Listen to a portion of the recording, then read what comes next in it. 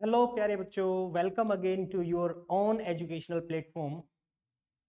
Dear student, exam हट आप लोगों को जो लेक्चर प्रोवाइड कर रहा है, I hope you enjoying it very well.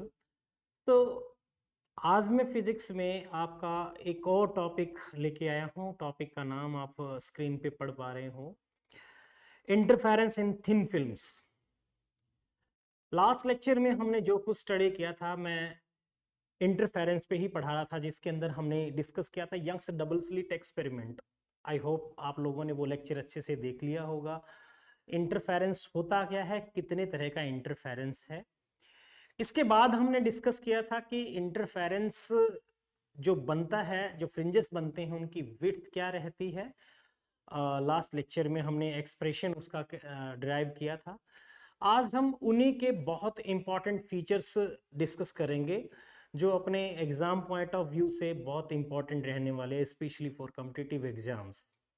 Sir, numerical purpose के लिए हम आज बहुत कुछ पढ़ने वाले हैं। लास्ट लेक्चर में हो सकता है कि बहुत सारे बच्चे जो नीट जेई के हैं, उनके डायरेक्ट डेरिवेशंस कोई काम का नहीं है, बट स्ट्रिक्टली रिजल्ट तो बहुत मैटर करता है। तो आज हम इस टॉपिक पे जाएं, इंटरफेरेंस इन थिन फिल्म्स। उससे पहले कुछ जो पीछे हमने पढ़ा है एक बार रिकैप्चुलेट कर लेते हैं और कुछ नए पॉइंट्स को डिस्कस कर लेते हैं। सबसे पहले देखिए, फ्रिंज के बारे में हमने स्टडी किया था। फ्रिंजेस बनते हैं डार्क ब्राइट बनते हैं, यंग्स डबल स्लिट एक्सपेरिमेंट के अंदर हमने स्टडी किया था। उसके अंदर एक वर्ड आता है fringe visibility. Fringe visibility basically, fringe visibility जो है वो एक यूनिटलेस डायमेंशनलेस नंबर है जो किसके बराबर होता है, जो डिफरेंस है मैक्सिमम इंटेंसिटी और मिनिमम इंटेंसिटी का upon sum of maximum and minimum intensity.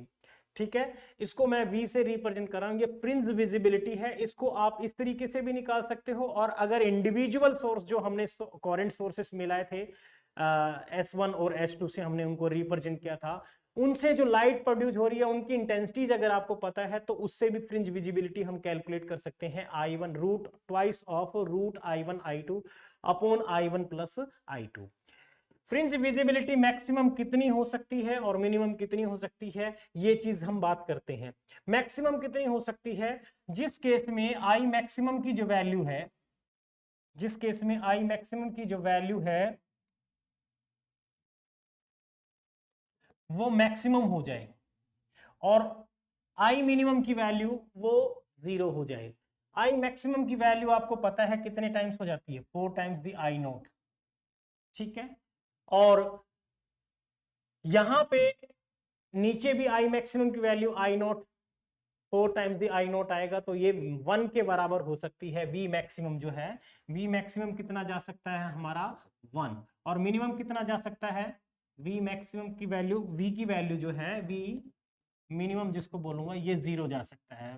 Visibility की मैक्सिमम वैल्यू 1 हो सकती है, फ्रिंज विजिबिलिटी की मिनिमम वैल्यू 0 हो सकती है, जब आई मैक्सिमम और आई मिनिमम इक्वल हो आई की वैल्यूज। ठीक है, उस केस में तो फ्रिंज विजिबिलिटी। इसके बाद मैक्सिमम इंटेंसिटी, आई मैक्सिमम जिसको लिखा है मैंने, आई मैक्सिमम एक्चुअल में है क्या, किसको रिप्रेजेंट कर रहा है आई मैक्सिमम। तो बेटा यहाँ पे आई मैक्सिमम आपने स्टडी किया था, याद कीजिए कि I1 और I2 दो सोर्सेस आपने यूज किए थे, उनकी इंटेंसिटीज थी, और plus twice of root I1 I2, यहां पे एक टर्म आई थी कोस ऑफ फाई। ठीक है, और मैक्सिमम के लिए कोस फाई की वैल्यू हमने 1 सेलेक्ट किया था लास्ट लेक्चर। जिन्होंने नहीं देखा, एक बार वो लास्ट लेक्चर देख लेंगे तो ये सारी टर्म्स समझ में आ जाएंगी। तो वहां प्लस आ रहा है, और मिनिमम के केस में ये माइनस आएगा, क्योंकि कोस फाई की वैल्यू -1 हमने यूज किया था मिनिमम इंटेंसिटी के लिए। और अगर मैंने ये भी लास्ट लेक्चर में पढ़ाया था कि आई मैक्सिमम और आई मिनिमम कितना हो सकता है, अगर इंटेंसिटीज इक्वल है, I1 I2 इक्वल हो और उसको आई नॉट से रिप्रेजेंट किया, तो उस केस में intensity 4 times the cos square π/2, phi where is the phase difference between two waves superimposing each other. So maximum intensity जो निकल के आती है वो अपनी कितनी आती है, 4 टाइम्स द आई नॉट, और मिनिमम कितनी हो जाएगी 0। ये डिपेंड करता है cos square function, cos square की मैक्सिमम वैल्यू 1 होगी और मिनिमम 0 हो सकती है, माइनस में नहीं जाएगी। इसके बाद फ्रिंज विड्थ आप सबने पढ़ लिया था फ्रिंज विड्थ का जो मैक्सिमम एक्सप्रेशन अपना आता है निकल के, वो कितना आता है, lambda capital D divide by small D. ये हमने विड्थ निकाली थी फ्रिंजेस की, डार्क हो, ब्राइट हो या सेंट्रल हो, उनकी विड्थ हमने कहा था कि lambda capital D divide by small d, where small d जो है दो कोरेंट सोर्सेस हमने S1 S2 लिया था, उनके बीच का गैप है, और कैपिटल डी स्लिट और स्क्रीन के बीच का डिस्टेंस हमने कंसीडर किया था। Lambda is the wavelength of light used. ये लास्ट लेक्चर में हम ऑलरेडी सारी चीज पढ़ चुके हैं, मैंने सिर्फ उनको रिकैप्चुलेट किया है। कंस्ट्रक्टिव इंटरफेरेंस के लिए पाथ डिफरेंस कितना आया था निकल के, कंस्ट्रक्टिव इंटरफेरेंस के लिए पाथ डिफरेंस एन लैम्डा आया था, एन की वैल्यू 0 से शुरू की थी हमने, ठीक है, और फेज डिफरेंस आता है 2n पाई, ठीक है, और डिस्ट्रक्टिव में ये पलट जाती हैं वैल्यू, इससे पाथ डिफरेंस बन जाता है 2n माइनस 1 लैम्डा बाय 2। यहां पे n की वैल्यू याद रखना, ये 0 से शुरू ना करके 1 से शुरू करेंगे, 1 2, क्योंकि अगर आप 0 पुट करोगे तो डिस्ट्रक्टिव इंटरफेरेंस, सेंट्रल फ्रिंज कभी भी डिस्ट्रक्टिव नहीं हो सकता, मतलब डार्क फ्रिंज नहीं हो सकता, वो हमेशा ब्राइट होगा, इसलिए 2n minus 1 lambda by 2 path difference, और फेज डिफरेंस 2n माइनस 1 पाई। ये ऑलरेडी कैलकुलेट किया था, कैसे आया, कहां से आया, ये सारी चीजें मैंने आपको ऑलरेडी पूरा ड्राइव करके बताया था, अभी तो सिर्फ मैंने उनके फीचर्स को सम अप किया है। तो नेक्स्ट जो है लोकेशंस ऑफ फ्रिंजेस, फ्रिंजेस कहां कहां मिलेंगे, कौन सा फ्रिंज कहां होगा, इसके लिए मैंने लिखा है। ब्राइट फ्रिंज के लिए आपको पता है n lambda capital D divide by small d मैंने लिखा, एन टाइम्स बीटा हो जाएगा, बीटा यहाँ पे lambda capital D divide by small D को कह रहे हैं हम। सो ब्राइट फ्रिंज जो है एन टाइम्स द बीटा, या फिर हमने कहा कि ब्राइट फ्रिंजेस कहां कहां मिलेंगे, तो आप एन की वैल्यू, जैसे फर्स्ट ब्राइट फ्रिंज कहां पे होगा, एन की वैल्यू 1 पुट कीजिए, उसके बाद 2 3 4 एंड सो आपको 5th निकालना है, 10th निकालना है, तो n की वैल्यू पुट करते जाइए, ब्राइट फ्रिंजेस की पोजीशंस आपको पता चल जाएगी। सिमिलर मैनर में हमने डार्क फ्रिंजेस की पोजीशन निकाला, 2n minus 1 lambda capital d divide bye 2d, ठीक है, ये कितना होगा 2n minus 1 upon 2 times the beta. यहां पे डार्क फ्रिंजेस में n की वैल्यू 0 से ले रहे हैं, तो इसमें n की वैल्यू 1 से स्टार्ट करेंगे, कंडीशन वही, क्योंकि सेंट्रल फ्रिंज कभी भी डार्क नहीं हो सकता। ये पोजीशंस भी हमने ऑलरेडी स्टडी की थी। अभी बात करते हैं एक इंपॉर्टेंट पॉइंट, ठीक है, एक इंपॉर्टेंट पॉइंट पे हम बात करते हैं। जैसे मान लो कि हमने यंग्स डबल स्लिट एक्सपेरिमेंट किया, और यंग्स डबल स्लिट एक्सपेरिमेंट के अंदर आपने को यहां फ्रिंजेस मिल रहे हैं स्क्रीन के ऊपर, ठीक है, स्क्रीन के ऊपर फ्रिंजेस मिल रही हैं, कह रहे हैं कि n1 fringes are visible in the view of lambda 1, मतलब लैम्डा 1 की वेवलेंथ के अंदर कितने फ्रिंजेस आ रहे हैं, n1, ठीक है। इसी तरीके से n2 फ्रिंजेस विजिबल हो रहे हैं फील्ड ऑफ व्यू के अंदर, यानी लैम्डा 2 वेवलेंथ के अंदर, सेकंड वेवलेंथ अगर आपने यूज किया, कोई सेकंड सोर्स यूज कर लिया जिसकी वेवलेंथ लैम्डा 2 है, उसी फील्ड के अंदर n1 विजिबल थे अगर आपने लैम्डा 1 वेवलेंथ यूज की, और उसी के अंदर अब n2 फ्रिंजेस विजिबल है अगर लैम्डा 2 वेवलेंथ हम यूज करते हैं, सेकंड वेवलेंथ, सेकंड कलर की लाइट यूज कर रहे हैं, तो ऐसे में याद रखना ये n1 into lambda 1 n2 into lambda 2 is always equal, या ये कहें कि ये हमेशा कांस्टेंट मिलेगा, ये हमेशा कांस्टेंट मिलेगा, और you can say that lambda 1 by lambda 2 equals to n2 upon n1, ठीक है, यानी यहां से हमें lambda is reciprocal the number of fringes मिलता है, ठीक है।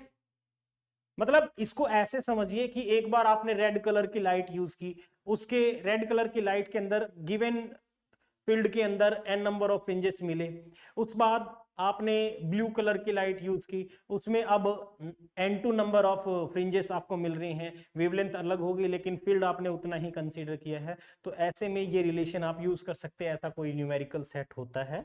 तो नेक्स्ट आता है सेपरेशंस बिटवीन द फ्रिंजेस।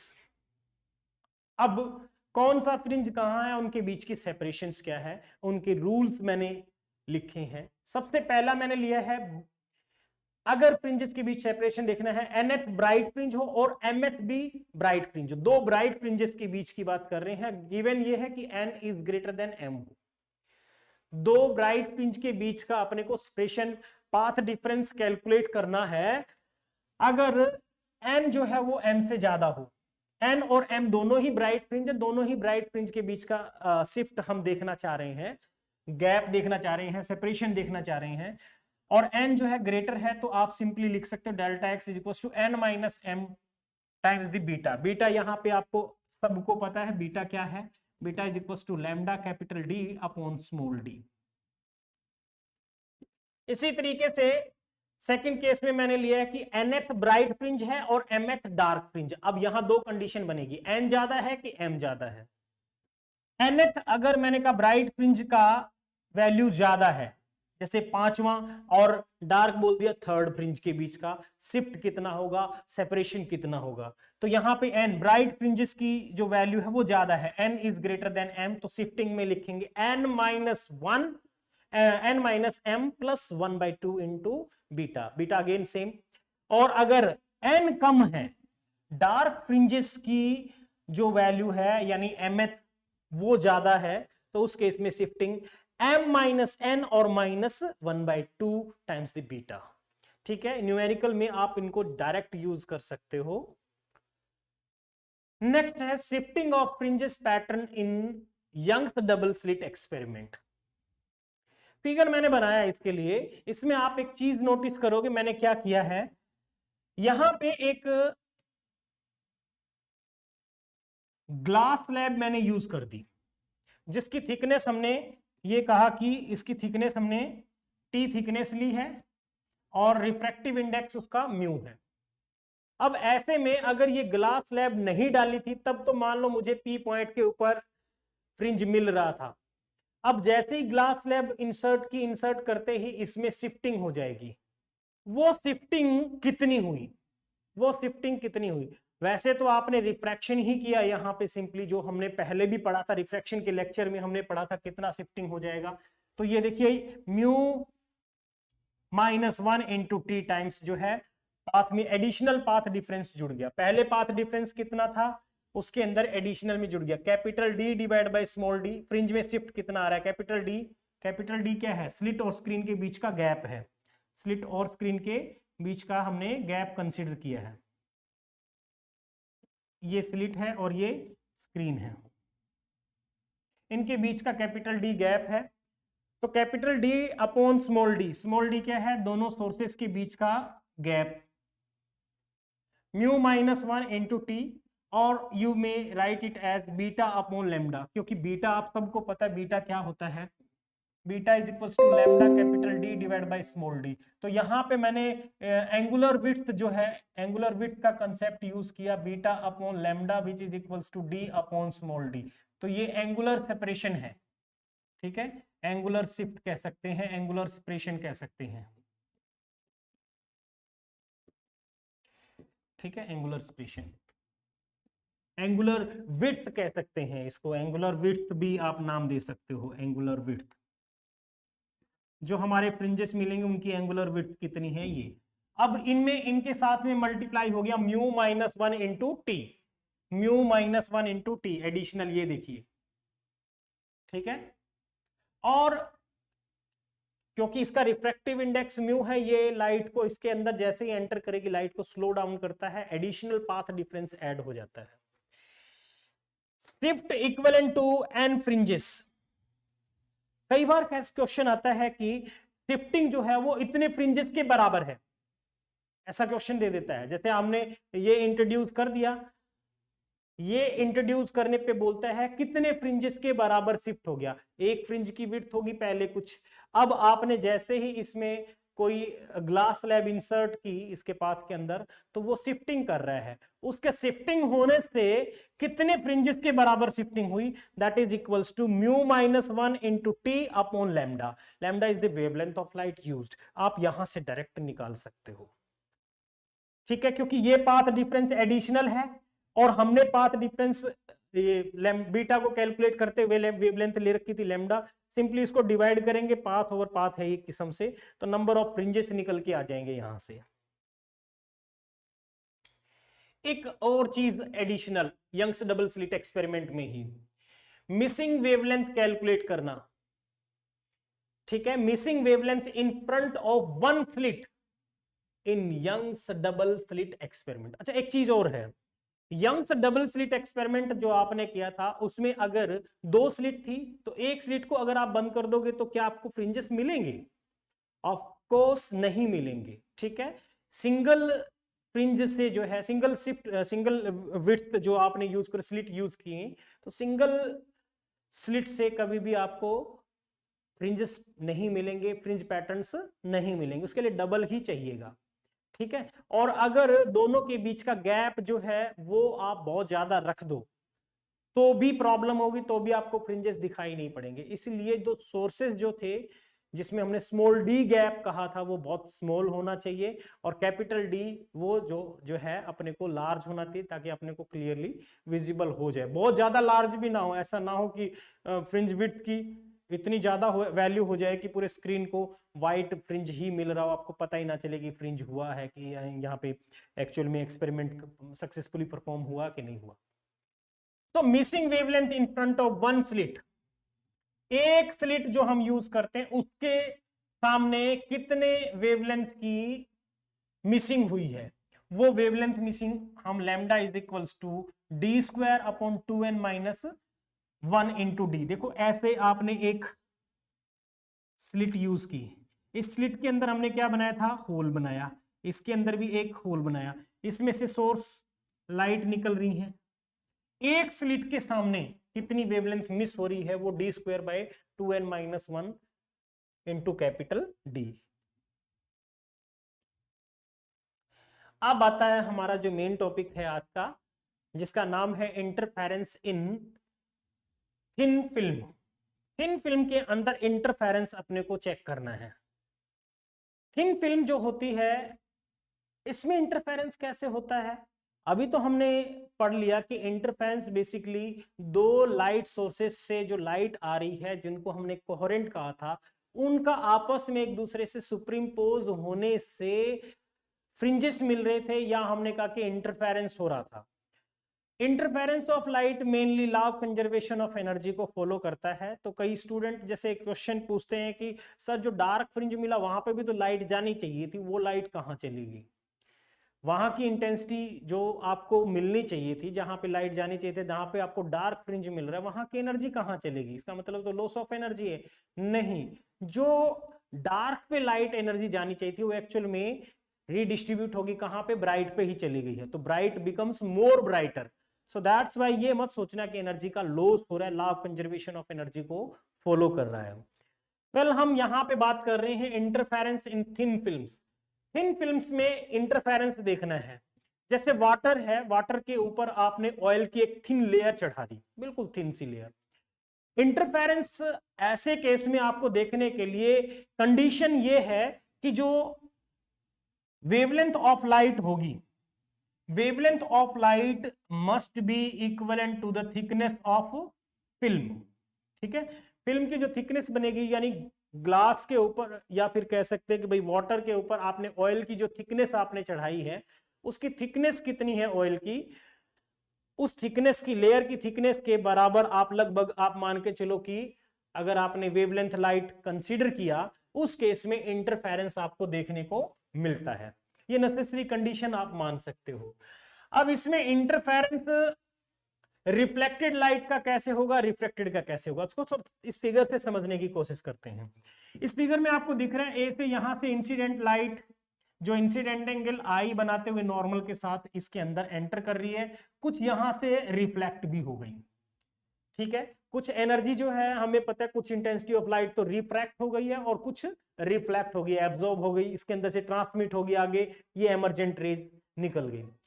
कुछ हिस्सा यहां से रिफ्लेक्ट भी होगा इस सरफेस से, यहां का फिर रिफ्लेक्शन, यहां से फिर रिफ्लेक्शन, इस तरीके से लाइट, और इनमें से ये जो यहां आ रही है इसमें से कुछ फिर रिफ्रैक्ट हो गई। ठीक है, इस तरीके से ये रिफ्लेक्टेड रेज निकल रही है, इधर से रिफ्लेक्टेड रेज निकलेंगी। अब यहां से अपने को इंटरफेरेंस पैटर्न मिलेगा। इस ग्लास स्लैब की थिकनेस को टी लिया है, रिफ्रैक्टिव इंडेक्स हमने म्यू कंसीडर किया है, आर रिफ्रैक्टेड एंगल है इसमें, ये सारे रिफ्रैक्टेड एंगल आर ही बनेंगे अंदर। इंटरफेरेंस रिफ्लेक्टेड लाइट के लिए पहले बात करते हैं, इनके लिए रिफ्रैक्टेड के लिए इंटरफेरेंस पाथ डिफरेंस देखो ट्वाइस द म्यू, म्यू यहाँ पे क्या refractive index, twice the mu into t cos of r minus lambda by 2, ठीक है, ये पाथ डिफरेंस रहना चाहिए। कंडीशंस क्या है कंस्ट्रक्टिव और डिस्ट्रक्टिव इंटरफेरेंस के लिए, देखो कंस्ट्रक्टिव इंटरफेरेंस इसमें जब भी बनेगा उस केस में जो ये 2 mu t cos of r यानी twice the mu t cos of r must be equals to 2n minus 1 lambda by 2, ठीक है, 2n minus 1 lambda by 2। ये जब भी न्यूमेरिकल आता है फिल्म के लिए, थिन फिल्म के लिए, तो उस केस में आपको ये ध्यान रखना है कि वो कंस्ट्रक्टिव इंटरफेरेंस बोल रहा है, तो कंस्ट्रक्टिव के लिए कंडीशन ये रहेगी path difference 2n minus 1 lambda by 2, और पाथ डिफरेंस यहां 2 mu t cos of r लेके चलते हैं। अगर नॉर्मली लाइट आए बिल्कुल perpendicular along the normal enter कर रही हो, उस केस में r की वैल्यू हो जाएगी 0, तो कोस r 0 होने का मतलब कोस 0 होने का मतलब 1 हो गया। 2 mu t is equals to n minus twice the n minus 1 lambda by 2 बन जाएगा, ठीक है। ये तो था कंस्ट्रक्टिव के लिए। सिमिलर मैनर में डिस्ट्रक्टिव के लिए बात करते हैं, condition for destructive interference. Destructive में 2 mu t cos of r को हम लिखेंगे 2n lambda by 2, 2n lambda by 2, या सिंपली इक्वल्स टू क्या लिखेंगे n लैम्डा, n लैम्डा। और अगेन वही नॉर्मल के अलोंग अगर आ रही है तो कोस ऑफ r की वैल्यू 1 हो जाएगी, यानी 2 mu t is equals to n lambda हम लेके चलेंगे, ठीक है। अब बात आती है रिफ्रैक्टेड लाइट जो है उनका इंटरफेरेंस कैसे होगा, उनके लिए कंडीशन क्या रहेगी पाथ डिफरेंस की, यानी twice of mu t cos of r must be equal, ये वैल्यू बदल जाएगी, जो डिस्ट्रक्टिव के लिए वो कंस्ट्रक्टिव के लिए बनेगा। यहाँ पे देखो, यहाँ कंस्ट्रक्टिव के लिए कौन सी कंडीशन आ रही है, एन लैम्डा की इक्वल आ रही है, एन लैम्डा की इक्वल आ रही है, और जो वहां पे यहाँ पे जो डिस्ट्रक्टिव है वो किसके लिए है, यहाँ कंस्ट्रक्टिव के लिए, और जो पीछे हमने इस कंस्ट्रक्टिव इंटरफेरेंस के लिए पढ़ा था वो यहां पे किसके लिए है, डिस्ट्रक्टिव के लिए। देखो 2 mu t cos of r is equals to 2n minus 1 lambda by 2, ठीक है। और अगेन ये सारी चीज r को कॉस ऑफ r अगर नॉर्मल के लोग आ रही है तो फिर हम यहां पे क्या लिखेंगे, 2 mu t is equals to n lambda, ये लेके चलेंगे अगर r की वैल्यू हमने कहा 0 है तो। और इस कंडीशन में क्या बनेगी, इस कंडीशन में क्या लिखेंगे, 2 mu t equals to 2n minus 1 lambda by 2, ये लेके चलेंगे, ठीक है। तो ये तो था इंटरफेरेंस के बारे में टोटली। अब आता है नेक्स्ट हमारा डॉपलर इफेक्ट। आपने 11th क्लास में भी डॉपलर इफेक्ट स्टडी किया था साउंड का, यहां पे लाइट का है। डॉपलर इफेक्ट एक्चुअल में होता क्या है, फॉर एग्जांपल आपने नोटिस किया हो कि कभी कभी जैसे मान लो आप रेलवे स्टेशन के ऊपर खड़े हो, दूर से ट्रेन आ रही है, आप इवनिंग के टाइम पे खड़े हो, तो उसके ट्रेन के बिल्कुल फ्रंट में एक बड़ी सी लाइट लगी होती है। वो लाइट जैसे जैसे क्लोज आएगी आपको लगेगा कि लाइट की फ्रीक्वेंसी जो है इंक्रीज हो रही है, जबकि ऐसा इन रियल प्रैक्टिस तो होता नहीं है। सोर्स ने जो लाइट दी है, एमिट की है, उसकी फ्रीक्वेंसी फिक्स है, बट अपने को रियलाइज होता है जैसे कि उसकी फ्रीक्वेंसी चेंज हो रही हो, या तो इंक्रीज होते हुए या डिक्रीज होते हुए नजर आते with respect to the relative motion between the source and the observer. This phenomena is known as Doppler effect. ये साउंड में भी देखने को मिलता है और लाइट में भी। अब जो फिनोमिना है लाइट का और साउंड का, इन दोनों में थोड़ा सा माइनर सा डिफरेंस भी है। डॉपलर इफेक्ट लाइट का क्या काम आता है, पहले तो इस पे बात करते हैं। डॉपलर इफेक्ट से आप सन की रोटेशनल मोशन, ठीक है, स्पीड हमें कैलकुलेट करनी हो किसी स्टार की, ये खास करके आइडेंटिफाई करना हो, कोई दूर से व्हीकल आ रहा है उसकी स्पीड आइडेंटिफाई करनी हो, तो ये हम इन पर्पज के लिए इसको यूज करते हैं। मेडिकल लाइन के अंदर भी इसका बहुत सारा यूजेस है। ऐसे ही यहां पे डॉपलर इफेक्ट ऑफ लाइट के बारे में मैंने स्टेटमेंट में लिखा है, the phenomena of apparent change in frequency frequency में चेंज होगा तो डेफिनेटली उसकी वेवलेंथ में भी चेंज अपने को फील होगा. So phenomena of apparent change in frequency और wavelength of light due to relative motion between the source and observer. ये सिमेट्रिक टाइप का होता है. लाइट का सिमेट्रिक टाइप है जबकि साउंड का एसिमेट्रिक टाइप होता है. इस पे बात करेंगे कैसे होता है. साउंड में भी ऐसे ही इंटेंसिटी में वेरिएशन आता है. लाइट की जो इंटेंसिटी है, यहां पे हमने कहा फ्रीक्वेंसी में चेंज आ रहा है, तो वहां पे क्या होता है, सॉरी इंटेंसिटी नहीं, फ्रीक्वेंसी. हाँ, तो जैसे जैसे साउंड सोर्स नजदीक आएगा ऑब्जर्वर के तरफ या लिजनर की तरफ, तो जो वेरिएशन है फ्रीक्वेंसी में वो अलग है as compare to source rest में हो और लिजनर जो है उसकी तरफ जा रहा हो. तो दोनों केस में हालांकि दोनों के बीच में रिलेटिव मोशन उसी तरीके से हो रही हो, तो भी जो चेंज इन फ्रीक्वेंसी है वो अलग अलग होगा. जबकि लाइट के केस में बिल्कुल सेम होता है, whether the source is moving towards the observer और observer moving towards the source. इसीलिए इसको हम सिमेट्रिक टाइप बोलते हैं. और साउंड का जो डॉपलर इफेक्ट है वो एसिमेट्रिक टाइप है.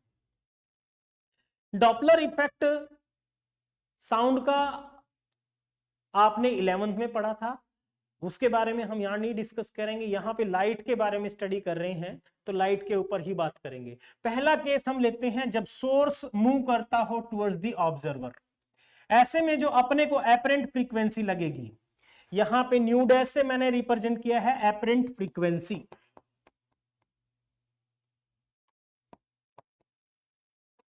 एपरेंट फ्रीक्वेंसी बेटा, तो apparent frequency is equals to real frequency. ये रियल फ्रीक्वेंसी है लाइट सोर्स की. Square root 1 plus v by c upon 1 minus v by c. अब ये v क्या है, स्पीड ऑफ सोर्स. सोर्स किस स्पीड से आ रहा है, और c यहां पे स्पीड ऑफ लाइट है. वेवलेंथ के लिए बात करेंगे तो ये पैटर्न जो है सिर्फ अपोजिट हो जाएगा, यानी apparent wavelength is equals to real wavelength square root 1 minus v by c. यहां पे प्लस था वहां माइनस हो गया, और ये 1 प्लस वी बाय सी. ठीक है.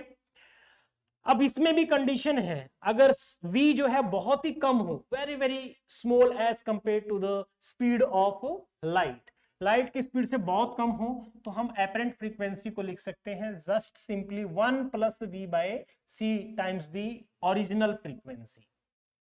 लैम्डा में लिख सकते हैं, यहां माइनस आ जाएगा, original wavelength 1 minus v by c. ठीक है.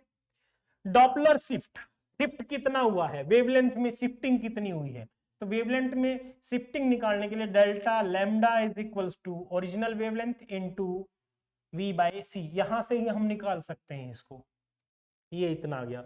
और फ्रैक्शनल चेंज या परसेंटेज चेंज निकालना हो तो delta lambda divide by lambda is equals to आ जाएगा वी बाय सी. परसेंटेज में भी निकाल सकते हैं. ठीक है. दूसरा केस लेते हैं, source moving towards the observer.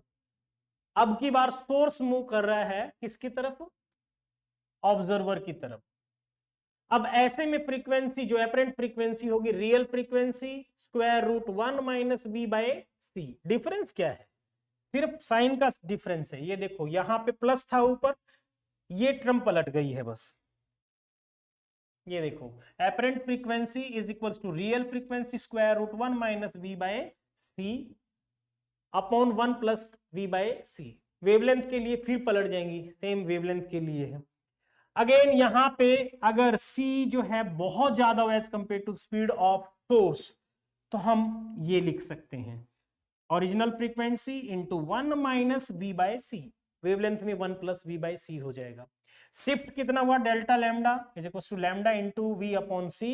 और फ्रैक्शनल इंक्रीज या फ्रैक्शनल चेंज हम delta lambda divide by lambda is equal to हम लिखेंगे वी अपॉन सी. ओके, इतनी बात समझ में आ गया. एक वर्ड आता है रेड शिफ्ट और ब्लू शिफ्ट. रेड शिफ्ट और ब्लू शिफ्ट. देखो जैसे जैसे सोर्स नजदीक आएगा, जब जैसे जैसे रिलेटिव मोशन हो रही है, सोर्स या ऑब्जर्वर के बीच का गैप कम हो रहा है, तो अपने को ऐसे लगेगा जैसे कि फ्रीक्वेंसी इंक्रीज हो रही है. फ्रीक्वेंसी इंक्रीज होती हुई नजर आ रही है, इसका मतलब यह है कि वेवलेंथ डिक्रीज होती हुई आ रही है नजर. ठीक है. और अगर वेवलेंथ डिक्रीज होती हुई नजर आएगी तो मतलब वेवलेंथ की शिफ्टिंग रेड से किस तरफ हो रही है, ब्लू की तरफ, तो हम बोलेंगे ब्लू शिफ्ट। और जैसे ही सोर्स दूर होता जाएगा, गैप बढ़ता जाएगा, तो हम उसको बोलेंगे रेड शिफ्ट, यानी फ्रीक्वेंसी का डिक्रीज होना और वेवलेंथ का इंक्रीज होना, यानी रेड शिफ्ट बोलेंगे। तो आज का लेक्चर इतना ही था, जिसमें मैंने इंटरफेरेंस को सम अप किया है सारा, और इससे नेक्स्ट लेक्चर जो लेके आएंगे वो डिफ्रैक्शन ऑफ लाइट होगा। और ये सारा आपको बिल्कुल कॉपी पे नोट कर लेना है अच्छे से, और इसके क्वेश्चन जरूर लगा के देखिए, और बने रहिए एग्जाम हट टीम के साथ। शेयर कीजिए, लाइक कीजिए, आपका मन करे तो। इसी उम्मीद के साथ थैंक यू, जय हिंद।